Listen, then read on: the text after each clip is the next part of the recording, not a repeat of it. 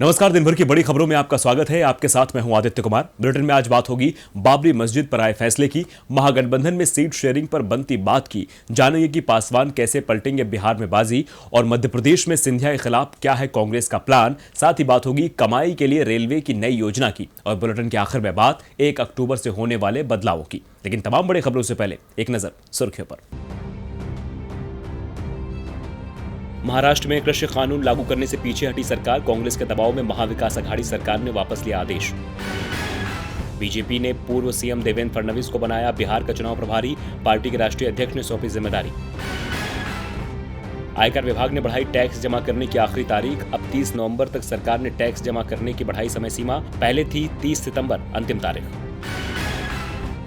और यूपीएससी की प्रारंभिक परीक्षा टालने से सुप्रीम कोर्ट ने किया इनकार, 4 अक्टूबर को होगी यूपीएससी की प्रारंभिक परीक्षा, 20 उम्मीदवारों की याचिका की गई खारिज।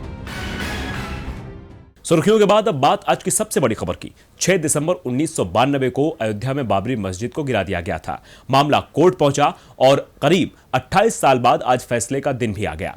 सीबीआई की स्पेशल कोर्ट ने अपना फैसला सुना दिया है। इसी खबर पर चर्चा के लिए हमारे साथ मौजूद है राजीव जी। राजीव जी, आपका स्वागत है। लेकिन चर्चा शुरू करने से पहले हम आपको दिखाते हैं कि आखिर पूरा मामला क्या है और क्या रहा सीबीआई के स्पेशल कोर्ट का फैसला।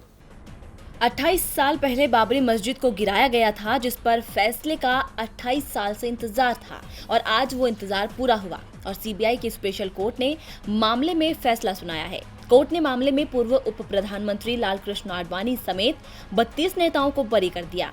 फैसला सुनाते वक्त जज ने कहा कि सीबीआई की तरफ से पेश किए सबूत मजबूत नहीं थे और बाबरी मस्जिद की घटना अचानक हुई थी, ये कोई पहले से नियोजित नहीं थी।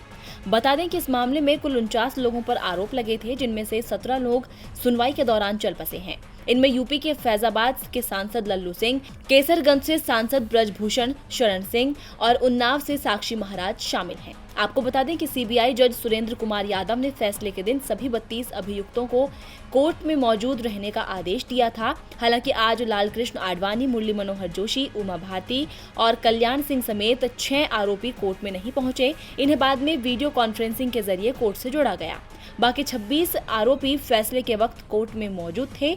मामले में जो आरोपी थे उनमें लालकृष्ण आडवाणी, पूर्व केंद्रीय मंत्री मुरली मनोहर जोशी, उत्तर प्रदेश के पूर्व मुख्यमंत्री कल्याण सिंह, विनय कटियार, महंत नृत्य गोपाल दास, उमा भारती, महंत धर्मदास, डॉक्टर रामविलास वेदांती, चंपत राय, सतीश प्रधान, साध्वी ऋतंभरा, पवन कुमार पांडे, लल्लू सिंह, प्रकाश शर्मा, विजय बहादुर सिंह, संतोष दुबे, गांधी यादव, रामजी गुप्ता, ब्रजभूषण शरण सिंह, कमलेश त्रिपाठी, रामचंद्र खत्री, जय भगवान गोयल, ओम प्रकाश पांडे, अमरनाथ गोयल, जयभान सिंह पवैया, महाराज स्वामी साक्षी, विनय कुमार राय, नवीन शुक्ला, आर.एन. श्रीवास्तव, आचार्य धर्मेंद्र देव, सुधीर कुमार कक्कड़ और धर्मेंद्र सिंह गुज्जर के नाम थे। साथ ही आपको बता दें कि ये केस जज एस.के. यादव के कार्यकाल का अंतिम फैसला है। वो 30 सितंबर 2019 को रिटायर होने वाले थे, लेकिन सुप्रीम कोर्ट ने उन्हें 30 सितंबर 2020 तक यानी फैसला सुनाने तक सेवा विस्तार कर दिया था। बाबरी विध्वंस 6 दिसंबर 1992 में हुआ था और बाबरी मस्जिद के गिरने के 7 दिन बाद ही केस सीबीआई को सौंप दिया गया था। इस मामले की अलग अलग जिलों में सुनवाई हुई, जिसके बाद इलाहाबाद हाई कोर्ट ने 1993 में सुनवाई के लिए लखनऊ में विशेष अदालत का गठन किया था। तब सीबीआई ने अपनी संयुक्त चार्जशीट फाइल की और जांच आगे बढ़ी। राजीव जी, ये सभी जानते हैं कि अयोध्या में बाबरी मस्जिद थी और उसे कारसेवकों की भीड़ ने गिरा दिया। ये भीड़ वहां बीजेपी, वीएचपी और संघ द्वारा एकत्रित की गई थी। सुप्रीम कोर्ट ने भी बाबरी मस्जिद गिराने की घटना को गलत करार दिया था। उम्मीद थी कि न्याय होगा और जिन्होंने भी मस्जिद को गिराया उसे सजा मिलेगी, लेकिन कोर्ट से तो सभी छूट गए। ऐसे में कमी कहां रह गई? सीबीआई जांच में या उसकी दलीलों में, या फिर इसके पीछे कुछ और ही कारण है? देखिए आदित्य, सीबीआई की जांच में कमी रही या दलीलों में कमी रही, अब इन सवालों के जवाब कोई मायने नहीं रखते, क्योंकि जवाब मिल भी जाएं तो मौजूदा हालात बदलेंगे नहीं। आज की सच्चाई यही है आदित्य कि सुप्रीम कोर्ट ने माना था कि बाबरी मस्जिद को गिराना गलत था, फिर भी वहां राम मंदिर के लिए भूमि पूजन प्रधानमंत्री के हाथों संपन्न हो गया है। आज की सच्चाई यही है आदित्य कि 6 दिसंबर 1992 को गिराई गई बाबरी मस्जिद की जमीन वाकई समतल हो चुकी है और अब मुस्लिम पक्ष को दूसरी जगह जमीन आवंटित की जा चुकी है। आज की सच्चाई यही है कि एक 500 साल की ऐतिहासिक इमारत को संस्कृति और परंपरा का ढोल पीटने वाला हमारा समाज बचा नहीं पाया। और अब सबसे बड़ी सच्चाई यही है आदित्य कि जिन लोगों ने बाबरी मस्जिद को तोड़ने का काम किया था या उस काम के लिए लोगों को तैयार किया, उन्मादी लोगों को तैयार किया, वे अब कानूनन बरी हो चुके हैं। यानी अपराध हुआ लेकिन अपराधी कोई नहीं है। यही आज का सबसे बड़ा सच है आदित्य। अदालत का फैसला सर्वोपरि है और अब जितने भी आरोपी थे वो इस फैसले के बाद आरोप से मुक्त हो गए हैं। ये उनके लिए 6 दिसंबर 1992 जितनी ही बड़ी जीत है। उस दिन देश और दुनिया ने देखा था कि किस तरह उन्मादी भीड़ जय श्री राम के नारे लगाते हुए, सारे कानूनों को ठेंगा दिखाते हुए, एक धक्का और कहती हुई मस्जिद के गुंबदों को गिराने में लगी हुई थी। आज एक भारत श्रेष्ठ भारत, सारे जहां से अच्छा हिंदुस्तान हमारा, हिंद देश के निवासी सभी जन एक हैं, ऐसे सारे विचार भी मस्जिद की तरह जमींदोज हो गए हैं आदित्य। भारत में सांप्रदायिक, धार्मिक और सामाजिक एकता का ताना बाना बुनने वाले लोगों के पास हे राम कहने के अलावा आदित्य आज कोई चारा नहीं है। राजू जी, तमाम जानकारी के लिए आपका धन्यवाद। अब रुख करते हैं अपनी अगली खबर का। बिहार में विधानसभा चुनाव में ज्यादा वक्त नहीं बचा है। ऐसे में सभी दल और गठबंधन सीट शेयरिंग को अंतिम रूप देने में जुटे हैं। महागठबंधन में भी सीटों के बंटवारे को लेकर तस्वीर साफ हो चुकी है। तो इस रिपोर्ट के जरिए समझिए कि महागठबंधन में किसे कितनी सीटें मिल सकती हैं। बिहार में 28 अक्टूबर को पहले चरण का चुनाव होना है, तो साफ है कि चुनाव में अब ज्यादा समय नहीं बचा है। अब आरजेडी और कांग्रेस के बीच सीट शेयरिंग पर बात ना बनने की वजह से जो पेच फंसा हुआ था वो सुलझ गया है। महागठबंधन में सीट शेयरिंग के फॉर्मूले को लेकर जो तस्वीर सामने आ रही है उसके मुताबिक आरजेडी 135 से 140, कांग्रेस 60 से 65, लेफ्ट 20 से 25, वीआईपी 5 से 8, झामुमो 3, सपा 2 सीटों पर चुनाव लड़ सकती है। महागठबंधन में सीटों के बंटवारे को लेकर यह फॉर्मूला तय हुआ है, लेकिन सीटों की संख्या घट बढ़ सकती है क्योंकि बातचीत का दौर अब भी जारी है। ऐसे में वीआईपी के महागठबंधन में रहने पर संशय बरकरार है। अब अगर वीआईपी महागठबंधन का हिस्सा होगी तो करीब 5 से 8 सीटों के बीच ही उसे मिलेगी। लेकिन महागठबंधन में सीट बंटवारे के इस फॉर्मूले को सीपीआईएमएल मानने को तैयार नहीं है और पार्टी ने 30 सीटों पर उम्मीदवार उतारने का ऐलान कर दिया है। बिहार विधानसभा चुनाव के लिए महागठबंधन में सीटों को लेकर बात बनती नजर आ रही है, तो एनडीए में मामला बिगड़ता दिख रहा है। चिराग पासवान जिस तरह से एनडीए से दूर होते जा रहे हैं, उससे संकेत मिल रहे हैं कि चुनाव से पहले एनडीए का कुनबा बिखर जाएगा। तो इस रिपोर्ट में देखिए कि आखिर पासवान राजनीति में कौन सी राह चुनेंगे। राजनीति में न कोई स्थायी दोस्त होता है, न ही कोई स्थायी दुश्मन होता है। कभी एनडीए के साथ बिहार की सियासत में महागठबंधन को चुनौती देने वाली एलजेपी अब अपने सहयोगियों को ही आंख दिखा रही है। सीट शेयरिंग को लेकर चिराग पासवान इस कदर खफा हैं कि वो किसी के मानने से भी नहीं मान रहे हैं। एलजेपी के राष्ट्रीय अध्यक्ष चिराग पासवान समेत पार्टी के कई नेताओं ने कार्यकर्ताओं से 143 सीटों पर तैयारी करने को कहा है। इस वक्त बिहार की राजनीति जिस रूप में दिख रही है, उससे तो यही लगता है कि चिराग पासवान बिना गठबंधन के चुनाव में नहीं उतरेंगे। चिराग पासवान पहले ही कह चुके हैं कि महागठबंधन में नहीं जाएंगे। अब अगर वो एनडीए से भी अलग होते हैं तो उनके पास क्या विकल्प होंगे? चिराग पासवान किन विकल्पों पर विचार कर सकते हैं? दरअसल एनडीए में बीजेपी एलजेपी को 30 से 32 सीटें देने को तैयार है। हालांकि चिराग पासवान 42 सीटों से कम पर तैयार नहीं दिख रहे हैं। सूत्रों का कहना है कि चिराग पासवान सीट को लेकर जल्द अंतिम निर्णय ले सकते हैं। सूत्रों का कहना है कि अगर एलजेपी जल्द सीट शेयरिंग पर अपनी अंतिम राय नहीं देती है तो बीजेपी और जेडीयू अपने अपने हिस्से की सीटों का ऐलान कर देगी। चिराग पासवान के पास दूसरा विकल्प ये है कि वो एनडीए से अलग हो जाए, उसके बाद वो बिहार में उन सीटों पर प्रत्याशी न उतारे जहां बीजेपी के उम्मीदवार होंगे। इस लिहाज से एलजेपी से ज्यादा सीटों पर प्रत्याशी उतारने का सपना भी पूरा हो जाएगा। चिराग पासवान के सामने तीसरा विकल्प ये दिखता है कि वो उपेंद्र कुशवाहा और मायावती को मिलाकर बने गठबंधन में शामिल हो। राजनीतिज्ञों का मानना है कि पासवान इन 3 विकल्पों में से किसी एक को चुन सकते हैं। हालांकि अभी तो केवल कयास लगाए जा रहे हैं, लेकिन ये तो आने वाला वक्त ही बताएगा कि पासवान किसके पास जाते हैं और कैसे बिहार के समीकरणों को बिगाड़ते हैं। बिहार की राजनीति में उठापटक जारी है और रोज नए समीकरण बनते दिख रहे हैं। वैसे नए समीकरण तो मध्य प्रदेश उपचुनाव में भी दिखाई दे रहे हैं। यहां 28 विधानसभा चुनाव का उपचुनाव बीजेपी और कांग्रेस की प्रतिष्ठा का सवाल बन गया है। सीएम शिवराज अपनी सरकार को बचाने की जुगत में लगे हैं, वहीं कांग्रेस चुनाव में जीत का परचम लहराकर एक बार फिर सत्ता हासिल करना चाहती है। इस चुनावी जंग में कांग्रेस ने सिंधिया को सबक सिखाने के लिए सिंधिया का ही सहारा ले लिया है। तो क्या है पार्टी का चुनावी प्लान, देखिए इस रिपोर्ट में। मध्य प्रदेश में बीजेपी ने सिंधिया के सहारे अपनी सरकार तो बना ली, लेकिन अब सिंधिया ही उसकी नैया डुबा सकते हैं। जी हां, कांग्रेस ने ग्वालियर चंबल में मुकाबले को सिंधिया बनाम सिंधिया बनाने की कोशिश तेज कर दी है। राज्य में जिन 28 विधानसभा क्षेत्रों में उपचुनाव होने हैं, उनमें से 16 क्षेत्र ग्वालियर चंबल इलाके से आते हैं और इस इलाके पर पूर्व केंद्रीय मंत्री ज्योतिरादित्य सिंधिया और उनके परिवार का प्रभाव है। सिंधिया ने कांग्रेस छोड़कर भाजपा का दामन थामा, मगर कई उनके समर्थक ऐसे हैं जो अब भी कांग्रेस में हैं।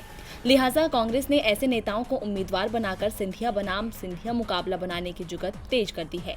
कांग्रेस ने जौरा से पंकज उपाध्याय, ग्वालियर से सुनील शर्मा, मुंगावली से कन्हैया राम लोधी और बमोरी से कन्हैया लाल अग्रवाल को उम्मीदवार बनाया है। इन सभी की सिंधिया से नजदीकियां जग जाहिर हैं। ग्वालियर चंबल इलाके में सिंधिया को उनके ही पुराने समर्थकों के जरिए घेरने की कोशिश कर राजनीतिक विश्लेषकों का कहना है कि आगामी समय में उपचुनाव है और दोनों ही दलों के लिए जीत अहमियत रखती है।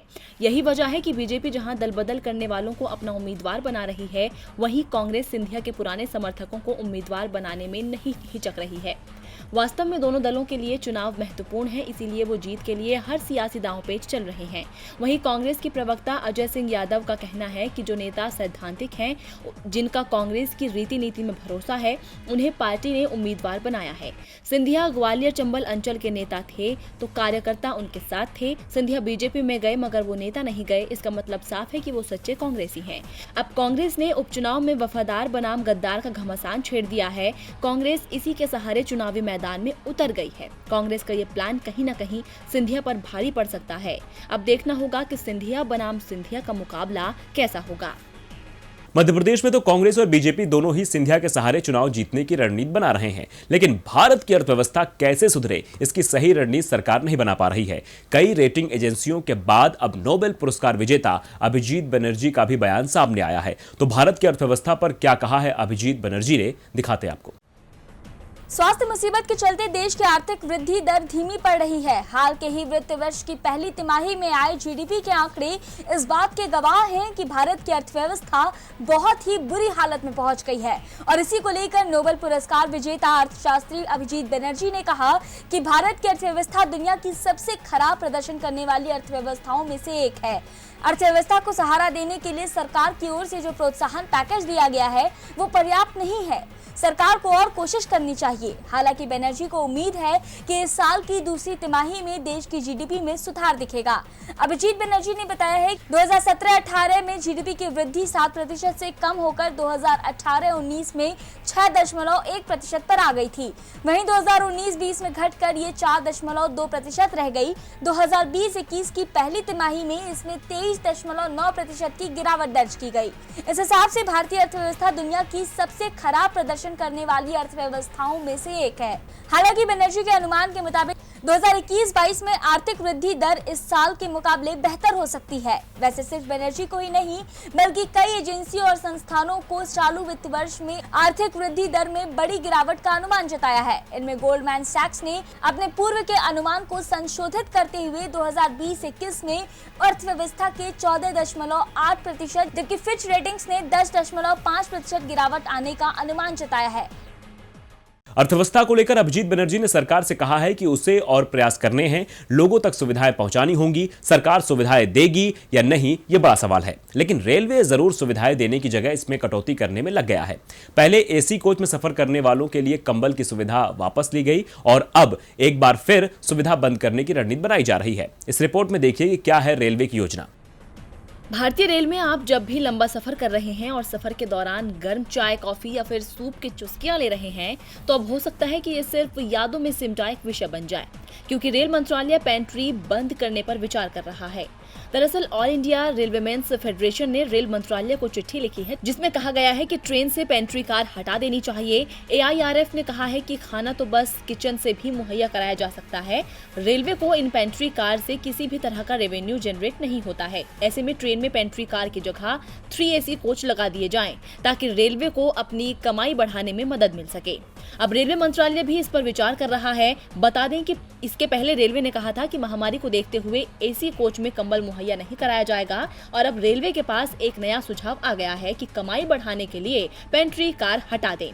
रेलवे को पहले कुछ कारणों की वजह से एयरलाइंस पर बढ़त हासिल थी, लेकिन स्वास्थ्य मुसीबत ने लोगों की सोच काफी हद तक बदल दी है, जिसकी वजह से अब लोग एयरलाइंस को वरीयता दे रहे हैं। हालांकि रेलवे बोर्ड के पूर्व अध्यक्ष RK सिंह ने कहा है कि रेलवे को ज्यादा से ज्यादा बेस किचन बनाना चाहिए। पेंट्री कार के मुकाबले बेस किचन ज्यादा साफ है, लेकिन फिलहाल तो रेलवे सिर्फ अपनी कमाई के बारे में सोच रहा है।